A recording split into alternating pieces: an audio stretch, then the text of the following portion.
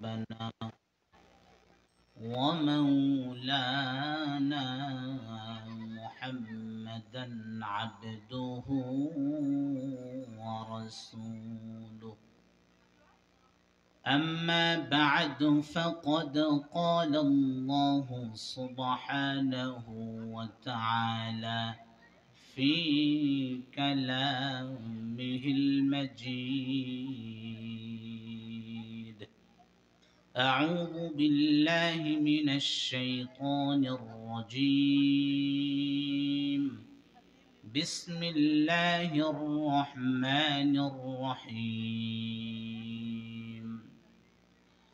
ويل لكل همزة لمزة الذي جمع مالا وعدده يحسب أن ماله أخلده كلا لينبذن في الحطمة وما أدراك ما الحطمة نار الله الموقدة التي تطلع على الأفئدة إنها عليهم مؤصدة في عمد ممددة. وقال رسول الله صلى الله عليه وسلم: الغيبة أشد من الزنا. وقال تعالى في شان حبيبه: إن الله وملائكته يصلون على النبي يا أيها الذين آمنوا صلوا عليه وسلموا تسليما। আমরা সকলে মুহাব্বতের সাথে দুরূদ পড়ি। اللهم صل على محمد وعلى آل محمد كما صليت على إبراهيم وعلى آل إبراهيم إنك حميد مجيد. اللهم بارك على محمد وعلى آل محمد كما باركت على إبراهيم وعلى آل إبراهيم إنك حميد مجيد. بلغ العلا بكماله كشف الدجى بجماله حصنت جميع خصاله صلوا عليه وآله। الحمد لله। মাদ্রাসাতুল মদিনা ইন্টারন্যাশনাল এর উদ্যোগে আয়োজিত আজকের এই ওয়াজ মাহফিল, আজকের ওয়াজ মাহফিলের প্রধান বক্তা, সারা বাংলার গর্ব, বিশিষ্ট আলেমে দ্বীন সুলতানুল ওয়াজিন আল্লামা খালেদ সাইফুল্লাহ আইয়ুবী। আমি সকলকে জানাই হুজুর আমাদের মাঝে উপস্থিত হয়েছেন, সকলে বলি আলহামদুলিল্লাহ। হুজুরে আসার আগ পর্যন্ত কিছু আলোচনা করবেন ইনশাআল্লাহ। এরপরে আরো আলোচনা করবেন আজকের মাহফিলের বিশেষ আলোচক মুফতি মঞ্জুরুল আলম ফয়েজি। তিনি হুজুরের পরে আলোচনা করবেন। আপনারা সকলে হুজুরের আলোচনার পরে আপনারা সকলে ধৈর্য সহকারে বসবেন ইনশাআল্লাহ। এরপরে আলোচনা করে ধন্য করেছেন আমার বন্ধুবর মুফতি আবু নাসির ফরিদপুরি সাহেব, এবং আজকের মাহফিলে সভাপতিত্ব করবেন আপনাদের এলাকার কৃতি সন্তান, সুনামধন্য ব্যক্তিত্ব জনাব BM মহিউদ্দিন বাদল সাহেব। এবং আমার সামনে উপস্থিত আছেন দিনদার ইমানদার মুসলমান ভাইয়েরা, পর্দার আড়ালে অবস্থানরতা সম্মানিতা মা ও বোনেরা। আমরা সকলেই মহান আল্লাহ রব্বুল আলামিনের শুকরিয়া আদায় করি যে আল্লাহ তাআলা আমাদেরকে অত্যন্ত দয়া করে, মায়া করে, মোহাব্বত করে, ভালোবেসে দুনিয়ার সমস্ত ঝামেলার কাছ থেকে ফারাক করে যে আল্লাহ তাআলা আজকে দ্বীনি আলোচনা শুনবার লক্ষ্যে কোরআন হাদিসের মজমায় আসার বসার তৌফিক দিয়েছেন, সেই জন্য সেই মহান মনিব, সেই মহান সত্তার দরবারে আমরা সকলে আমাদের মনের ভাব আবেগকে উজাড় করে দিয়ে পড়ছি আলহামদুলিল্লাহ। প্রিয় উপস্থিতি, আলোচনা শুরু করার পূর্বে আপনাদের কাছে একটু আবেদন জানাই, একটু কাছে কাছে আগিয়ে বসি, একটু আগান না, একটু আগান। এই তোমরা আগায় বসো, দেখে আগাও, সবাই আগাও, সামনে আসি সবাই। আমার ভাইয়েরা, খুব সংক্ষিপ্ত সময় আলোচনা করব। আমি আজকের আলোচনার খুতবার ভিতরে একটি সূরা তেলাওয়াত করেছি। সূরাটির নাম হচ্ছে সূরাতুল হুমাজা। কি নাম? জোরে বলেন, কি নাম? হুমাজা। এই সূরার ভিতরে আল্লাহ রাব্বুল আলামিন 3টি অপরাধের কথা উল্লেখ করেছেন এবং 3টি অপরাধ করলে কি সাজা, এই সাজার কথাও আল্লাহ তাআলা এই সূরার ভিতরে উল্লেখ করেছেন। আল্লাহ তাআলা বলেন, ওয়াইলুন। ওয়াইলুন শব্দের অর্থ দুর্ভোগ, হায়, আফসোস। কোথাও কোথাও এসেছে জাহান্নামের একটা স্তরকে ওয়াইল বলে। আল্লাহ তাআলা বলেন, ওয়াইলুল লিকুল্লি, প্রত্যেকের জন্য জাহান্নাম, প্রত্যেকের জন্য দুর্ভোগ, প্রত্যেকের জন্য পরিতাপ। কোন প্রত্যেকের জন্য? 1 নাম্বার যারা হুমাজা করে, 2 নাম্বার যারা লুমাজা করে। হুমাজা মানে সামনাসামনি অন্যের দোষ বলা, লুমাজা মানে পিছনে পিছনে অন্যের সমালোচনা করা। যারা এগুলা করে আল্লাহ তাআলা বলেন ওয়াইলুল লিকুল্লি, তাদের প্রত্যেকের জন্য জাহান্নাম, তাদের প্রত্যেকের জন্য দুর্ভোগ। তারা সেদিন আফসোসের ভিতরে পড়ে যাবে। যারা সামনাসামনি অন্যের দোষ বলে, অন্যকে অপমান করার চেষ্টা করেন, যারা পিছনে পিছনে অন্যের সমালোচনা করে, এরকম লোক আমাদের সমাজে আছে না নাই? জোরে বলেন, আছে না নাই? অনেক আছে। আমার ভাইয়েরা, গীবত শিকায়াত করা, অন্যের নামে অপবাদ দেওয়া, অন্যের সমালোচনা করা মারাত্মক অন্যায়, মারাত্মক অন্যায়। আল্লাহর হাবিব বলেন, আল গীবাতু আশাদ্দু মিনাজ জিনা। গীবত হলো শক্ত জিনা, কঠিন জিনা। কঠিন জিনা কি? মুহাদ্দিসিন ইকরামগণ বলেন, কঠিন জিনা হলো নিজের মায়ের সাথে অপকর্ম করা। বলেন নাউজুবিল্লাহ। আমার ভাইয়েরা, এই গীবত শিকায়াতের রোগ আমাদের সমাজের ভিতরে দিন দিন বেড়ে যাচ্ছে। আমরা সুযোগ পেলে একে অন্যের নামে গীবত শিকায়াত করি, একে অন্যের নামে সমালোচনা করি। গীবত শিকায়াত, সমালোচনা করা এটা মারাত্মক বড় গুনাহ। এই গুনাহ থেকে বাঁচার জন্য গীবত শিকায়াত থেকে বাঁচা দরকার। কথা বলেন ঠিক কিনা? আমার ভাইয়েরা, কেউ যদি কারো নামে অপবাদ দেয়, গীবত শিকায়াত করে, সমালোচনা করে, তাদের শাস্তি কি ভয়াবহ আমি আপনাদের মাঝে বলতে চাই। হারকানি নামক কিতাবের ভিতরে মুয়াত্তা মালিক রহমাতুল্লাহি আলাইহি একটা ঘটনা উল্লেখ করেছেন। মদিনার অদূরে জীর্ণ শীর্ণ একটা ঘর ছিল। ওই ঘরের ভিতরে একজন মহিলা মারা গেছে। ওই মহিলা মারা যাওয়ার পরে ওই মহিলাকে কাফন দাফন গোসল দেওয়ার জন্য 4 জন মহিলা উপস্থিত হয়ে গেলেন। 4 জন মহিলা উপস্থিত হয়ে যাওয়ার পরে 4 জন মহিলার মাঝখান থেকে একজন মহিলা মৃত মহিলার নামে অপবাদ দিলেন। কি অপবাদ? ও মহিলারা, তোমরা শুনছনি, আমার মনে হয় এই মহিলা অমুকের সঙ্গে অপকর্ম করেছে। আমার ভাইয়েরা, যখন ওই মহিলায় আওয়াজ তুললেন, যখন এই মৃত মহিলার নামে অপবাদ দিলেন, দেওয়ার সঙ্গে সঙ্গে আল্লাহ রাব্বুল আলামিন মৃত মহিলার রানের সঙ্গে জীবিত মহিলার হাত লাগায়া দিছে। এখন হাত এত টানাটানি করে হাত ছুটাইতে পারে না। আমার ভাইয়েরা, আমার বন্ধুরা, হাত এত টানাটানি করতেছে, হাত কোনোভাবেই ছুটাইতে পারতেছে না। এলাকার লোকজন ডেকে ডেকে বলে, ও মহিলারা, যারা যার নামাজের সময় চলে যাইতেছে, এখনো কেন তোমরা লাশ বের করতেছো না? কারণটা কি? মহিলারা ভিতর থেকে কোনো আওয়াজ দেয় না। হঠাৎ করে কেঁদে কেঁদে মহিলারা বললেন, ও লোকেরা, আমরা এখানে বড় বিপদে পড়ে গেছি। তোমাদের বিপদ কি আমাদের বিপদ হলো, আমাদের মাঝখান থেকে একজন মহিলাই মৃত মহিলার নামে অপবাদ দিয়েছে, মৃত মহিলার নামে সমালোচনা করেছে। সমালোচনা করার সঙ্গে সঙ্গে আল্লাহ তাআলা মৃত মহিলার রানের সঙ্গে জীবিত মহিলার হাত লেগে গেছে। আমরা ভিতর থেকে এত টানাটানি করি, হাত ছুটাইতে পারি না।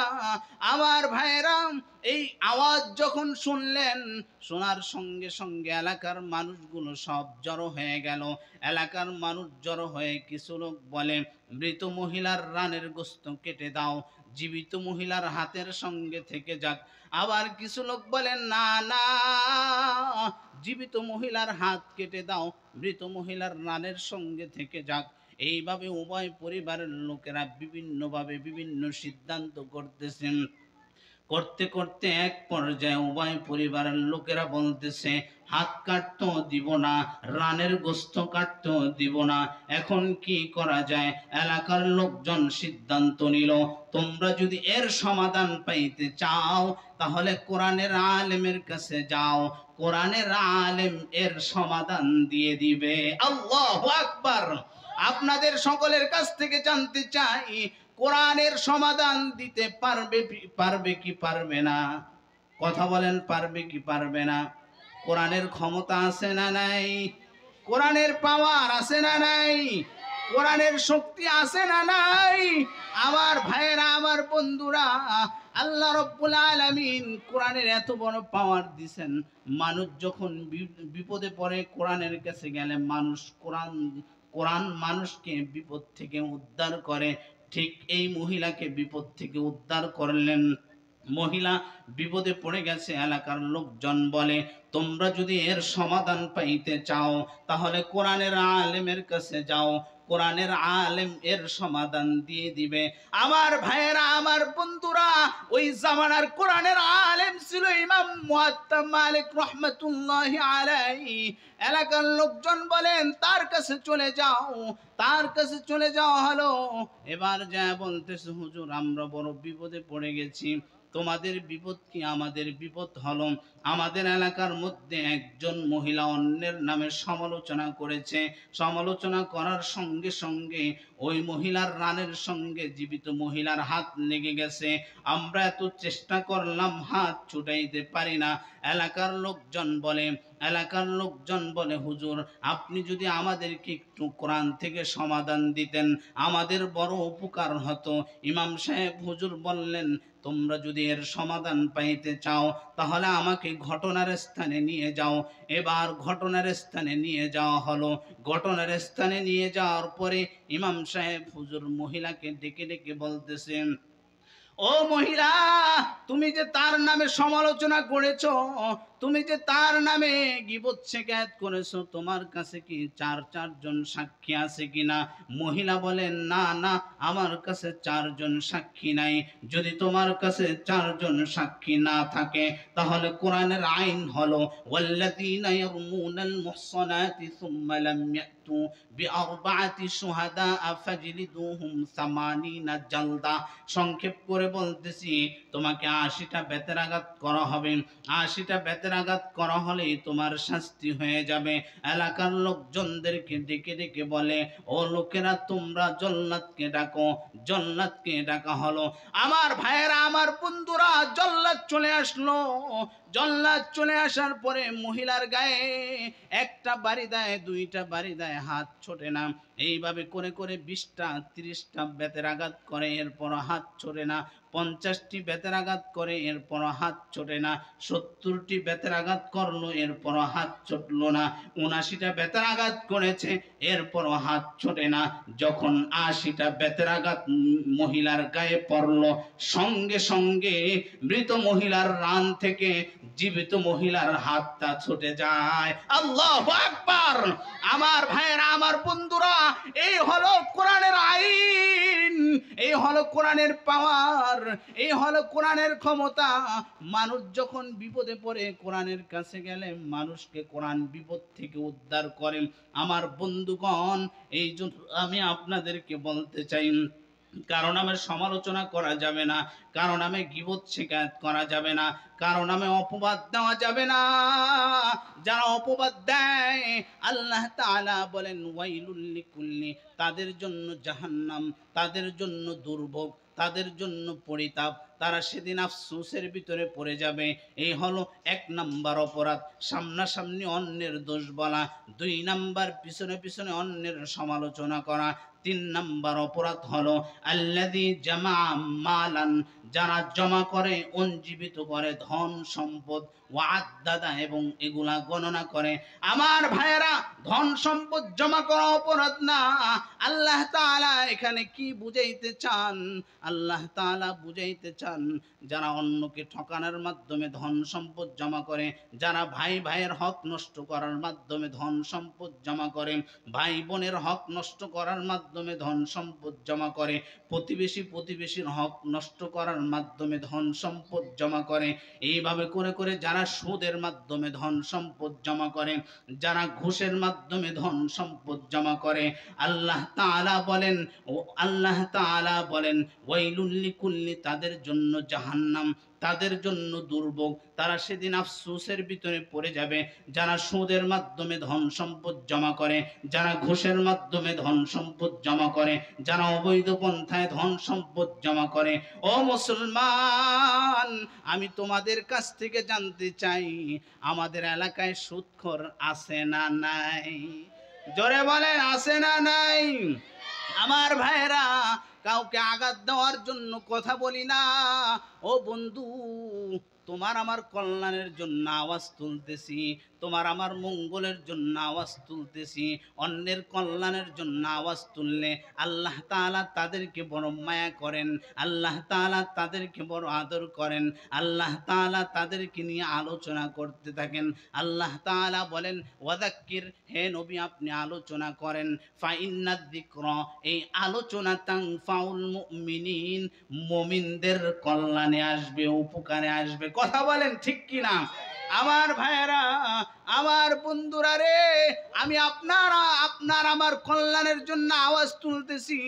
আওয়াজ তুললে আল্লাহ তাআলা তাদেরকে নিয়ে আলোচনা করেন। আমি আপনাদের মাঝে একটা ঘটনা শোনাই, সুলাইমান আলাইহিস সালাতু ওয়াস সালামের জামানার ঘটনা। সুলাইমান আলাইহিস সালাতু ওয়াস সালামের জামানায় একদল পিপিলিকা রাস্তা দিয়ে যাইতেছেন। যাওয়ার পরে পথিমধ্যে ওই পিপিলিকার মাঝখান থেকে একটা রানী পিঁপড়া আওয়াজ তুললেন। আওয়াজ কি? ও পিঁপড়ারা, তোমরা এই রাস্তা দিয়ে যাইও না। ওই যে দেখো সুলাইমান আলাইহিস সালাতু ওয়াস সালামের সৈন্যরা এদিক দিয়ে আসতেছে, তাদের পায়ের নিচে পড়ে তোমরা পিষ্ট হয়ে যাইবা, তাদের পায়ের নিচে পড়ে তোমরা ধূলিসাৎ হয়ে যাইবা। অতএব তোমরা যদি তোমাদের জান বাঁচাইতে চাও, তোমরা যদি তোমাদের জীবনটাকে বাঁচাইতে চাও, তাহলে তোমরা যার যার গর্তের ভিতরে প্রবেশ করো। এই পিঁপড়ার কল্যাণের আওয়াজটা আল্লাহ তাআলার কাছে এত পছন্দ হয়েছেন, আল্লাহ তাআলা পিঁপড়ার নামে কোরআনের ভিতরে সূরা নাজিল করে দিয়েছেন। শুধু সূরাই নাজিল করেন নাই, আল্লাহ তাআলা পিঁপড়ার এই কথাটা কোরআনের ভিতরে নোট করে দিয়ে আল্লাহ তাআলা বলেন ইয়া আইয়ুহান নাবলু দুখুলু মাসাকিনাকুম, ও পিঁপড়ারা তোমরা যার যার গর্তের ভিতরে প্রবেশ করো। লা ইয়াহতিমান্নাকুম সুলাইমান, ওই যে দেখো সুলাইমান আলাইহিস সালাতু ওয়াস সালামের সৈন্যরা এদিক দিয়ে আসতেছে। ওয়াহুম লা ইয়াশউরুন, তোমরা তো এমন একটা জাতি, তোমাদেরকে তারা দেখবে না, বুঝবে না, লক্ষ্য করবে না। অতএব তোমরা যদি তোমাদের জান বাঁচাইতে চাও, তাহলে উদখুলু মাসাকিনাকুম, তোমরা যার যার গর্তের ভিতরে প্রবেশ করো। সুবহানাল্লাহ! আরে জোরে আওয়াজ দিয়ে বলি সুবহানাল্লাহ! আমার বন্ধুরা, এই কল্যাণের আওয়াজ একটা পিঁপড়া দিয়েছেন। পিঁপড়াকে নিয়ে আল্লাহ তাআলা আলোচনা করা শুরু করে দিয়েছেন। এই জন্য বন্ধু, আমি আপনার আমার কল্যাণের জন্য আওয়াজ তুলতেছি রে বাবা। যারা সুদ খায়, ঘুষ খায়, তাদের অবস্থা কেমন? আল্লাহর হাবিব বলেন যে এলাকার মধ্যে 2টা অপরাধ বেড়ে যাবে। 1 নাম্বার অপরাধ জিনা করা, ইদা যহারাজ জিনা ওয়ার রিবা ফি কাররিয়া, যে এলাকার মধ্যে দুইটা অপরাধ বেড়ে যাবে, এর মধ্যে 1 নম্বর জিনা করা, 2 নম্বর সুদ খাওয়া। আল্লাহর পয়গম্বর বলেন আহাল্লু বিআনফুসিহিম আযাবাল্লাহ, ওই এলাকার মধ্যে আল্লাহর আযাব তারা টাইনা নিয়ে আসেন। আমার বন্ধুরা, ওই আযাব সহ্য করার ক্ষমতা নাই, ওই আযাব সহ্য করার শাস্তি আমাদের নাই। শুধু এতটুকু না, আল্লাহর হাবিব আরো বলেন আতাইতু লাইলাতান উসরিয়া বি আলা কওমিন, আমি মেরাজের রাতে একদল মানুষের পাশ দিয়ে চললাম, চলার পরে দেখলাম বুতুনুহুম কালবুয়ুন, তাদের পেটটা বিশাল বড় বাড়ির মতো এবং তাদের পেটের ভিতরে বড় বড় সাপ দৌড়াদৌড়ি করে। আমি জিবরাইল আলাইহিস সালাতু ওয়াস সালামকে জিজ্ঞেস করলাম, ও জিবরাইলেরা কারা? জিবরাইল আলাইহিস সালাতু ওয়াস সালাম জবাব দেয়, এরা হলো সুদখোরের দল। বলেন না নাউজুবিল্লাহ। এই জন্য বাজান, এ অপরাধ করা যাবে না। হাতে ধরে বলি, পায়ে ধরে বলি, সুদ নামক অপরাধ করা যাবে না। আল্লাহ তাআলা বলেন আল্লাযী জামা মালান, যারা অঞ্জীবিত করে ধন সম্পদ, ওয়াদাদা, অবৈধ পন্থায় সুদের মাধ্যমে, ঘুষের মাধ্যমে যারা অবৈধ পন্থায় টাকা পয়সা রুজি রোজগার করেন, আল্লাহ বলেন ওয়াইলুল লিকুল্লি, তাদের জন্য জাহান্নাম, তাদের জন্য দুর্ভোগ, তাদের জন্য পরিতাপ। এরপরে আল্লাহ তাআলা বলেন আল্লাযী জামা মালাহু ওয়াদাদা, এবং গণনা করে। কখন গণনা করে? যখন যাকাতের সময় চলে আসে তখন গণনা করে। আমাদের এলাকার মধ্যে এমন লোক আছে না নাই, জাকাতের নেশাব পরিমাণ সম্পত্তি থাকার পরও সঠিকভাবে জাকাত দেয় না। কথা বলেন ঠিক কিনা? হ্যাঁ, সামান্য কাপড়ের বিনিময়ে জাকাত সে পরিশোধ করে। নাই এমন লোক নাই? হ্যাঁ, অনেক আছে, কাপড় দিয়া জাকাত পরিশোধ করে। আমার ভাইয়েরা, এই বিষয়ে আমার আলোচনা না, আমি খুব সংক্ষিপ্তভাবে আপনাদের মাঝে টাচ দিয়ে যাইতেছি। আল্লাহ বলেন যারা যখন জাকাতের সময় আসে তখন গণনা করে, আল্লাহ তাআলা এরপরে বলেন ইয়াহসাবু আন্না মালাহু আখলাদা, তারা ধারণা করে, তারা চিন্তা করে তাদের এই ধন সম্পত্তি আর কোনোদিন শেষ হবে না, তাদের এই ধন সম্পত্তি আর কোনোদিন শেষ হবে না। আপনাদের কাছ থেকে জানতে চাই, ধন সম্পত্তি চিরদিন থাকেনি। সকাল বেলার ধনী রে তুই, ফকির সন্ধ্যা বেলা। কথা বলেন ঠিক কিনা? হ্যাঁ, এমন প্রমাণ বাংলাদেশে হয়েছে কি হয় নাই? লক্ষ লক্ষ হাজার হাজার কোটি টাকার মালিক এরপর এখন জেলখানার ভিতরে নিমজ্জিত। কথা বলেন ঠিক কিনা? এই টাকা পয়সার ভ্যালু আছে? এই টাকার কোনো ভ্যালু আসেনি? কথা বলেন, কোনো ভ্যালু নাই। আমার ভাইয়েরা, আমার বন্ধুরা, আমরা তো মনে করি টাকা পয়সা হয়েছে মানে কি যেন হয়ে গেছে। আরে না, আল্লাহ তাআলা বলেন ইয়াহসাবু আন্না মালাহু আখলাদা, তারা ধারণা করে, তারা চিন্তা করে তাদের এই ধন সম্পত্তি আর কোনোদিন শেষ হবে না। আল্লাহ তাআলা বলেন কাল্লা, এমনটা কখনো হবে না। লায়ুমবাদান্না ফিল হুতামা, যারা এই অপরাধ করে মারা যাবেন। কোন অপরাধ? 1 নাম্বার সামনাসামনি অন্যের দোষ বলা, অন্যকে অপমান করার চেষ্টা করা। 2 নাম্বার পিছনে পিছনে অন্যের সমালোচনা করা। 3 নাম্বার অবৈধ পন্থায় টাকা পয়সা রুজি রোজগার করা। আল্লাহ তাআলা বলেন এই 3টা অপরাধ করে যারা মারা যাবে, আল্লাহ বলেন লায়ুমবাদান্না ফিল হুতামা, লায়ুমবাদান্না ফিল হুতামা, লায়ুমবাদান্না ফিল হুতামা, লায়ুমবাদান্না ফিল হুতামা, আমি আল্লাহ তাদেরকে হুতামার ভিতরে ফেলায় দিব, আমি আল্লাহ তাদেরকে হুতামার ভিতরে ফেলায় দিব। আমার ভাইয়েরা, আমার বন্ধুরা, আল্লাহ বলেন ওয়ামা আদরাকা মাল হুতামা, এই তোমরা কি জানো হুতামা কি? আমার আল্লাহ বলেন এই তোমরা কি জানো হুতামা কি? আল্লাহ তাআলা পরবর্তী আয়াতে বলেন হুতামা হলো নারুল্লাহ, হুতামা হলো আল্লাহর আগুন। বলেন না কার আগুন? জোরে আওয়াজ দিয়া বলেন কার আগুন? আমার ভাইয়েরা আরো বলেন, জোরে আওয়াজ দিয়া বলেন কার আগুন? নারুল্লাহিল মুকাদা, আল্লাহর আগুন।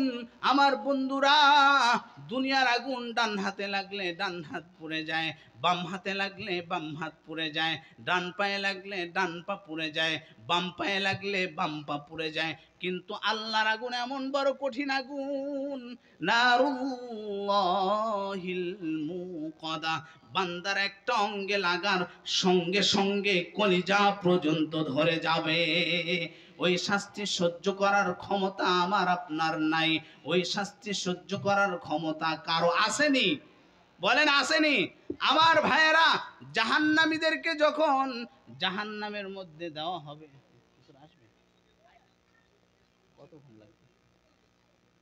আরে ভাই বড় আফসোস লাগে। শরীয়তপুরের মানুষ আপনারা, বড় একজন আলোচক আসবেন, সুলতানুল ওয়াইজিন আল্লামা খালেদ সাইফুল্লাহ আইয়ুবী। আপনারা মনে হয় সবাই চেনেন, চেনেন না তাকে? কি বলেন, চেনেন না? এমন একজন ব্যক্তি আমাদের মাঝে আসবেন, আমাদের শ্রোতা আমার খুব দুঃখ লাগে। শরীয়তপুরে যতগুলো মাহফিল হোক না কেন, যত বড় বড় আয়োজন হোক না কেন, আপনারা মানে স্বতঃস্ফূর্তভাবে এগিয়ে আসেন না।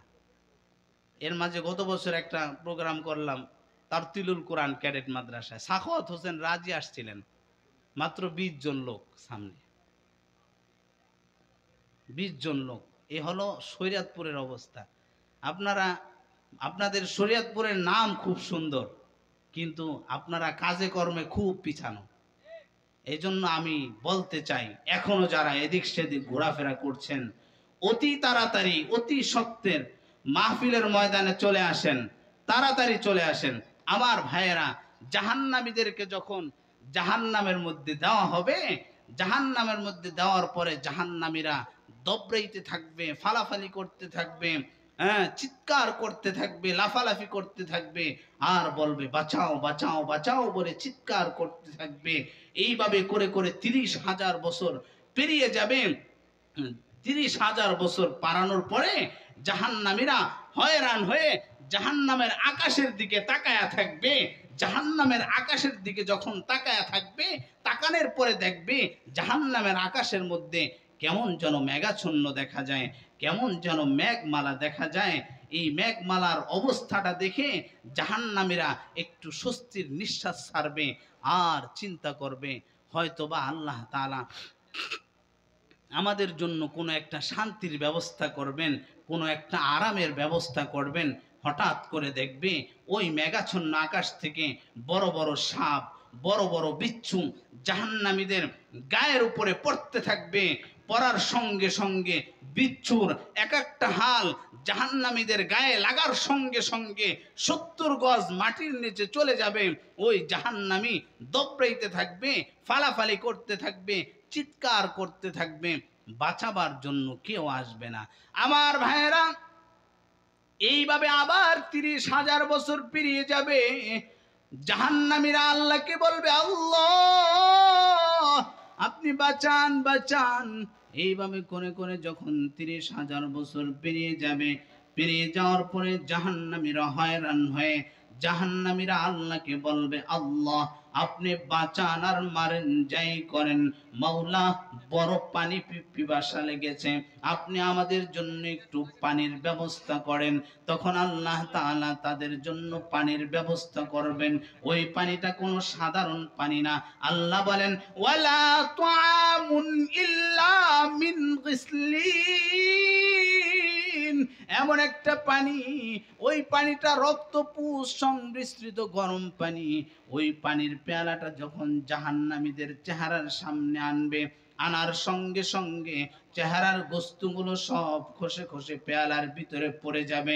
পেয়ালার ভিতরে পড়েই ক্ষান্ত হবে না, পেটের ভিতরে যখন ওই গরম পানি যাবে, যাওয়ার সঙ্গে সঙ্গে পেটের নাড়ি বুড়ি চর্বিগুলো সব ঝপঝপ করে পিছনের রাস্তা দিয়ে পড়ে যাবে।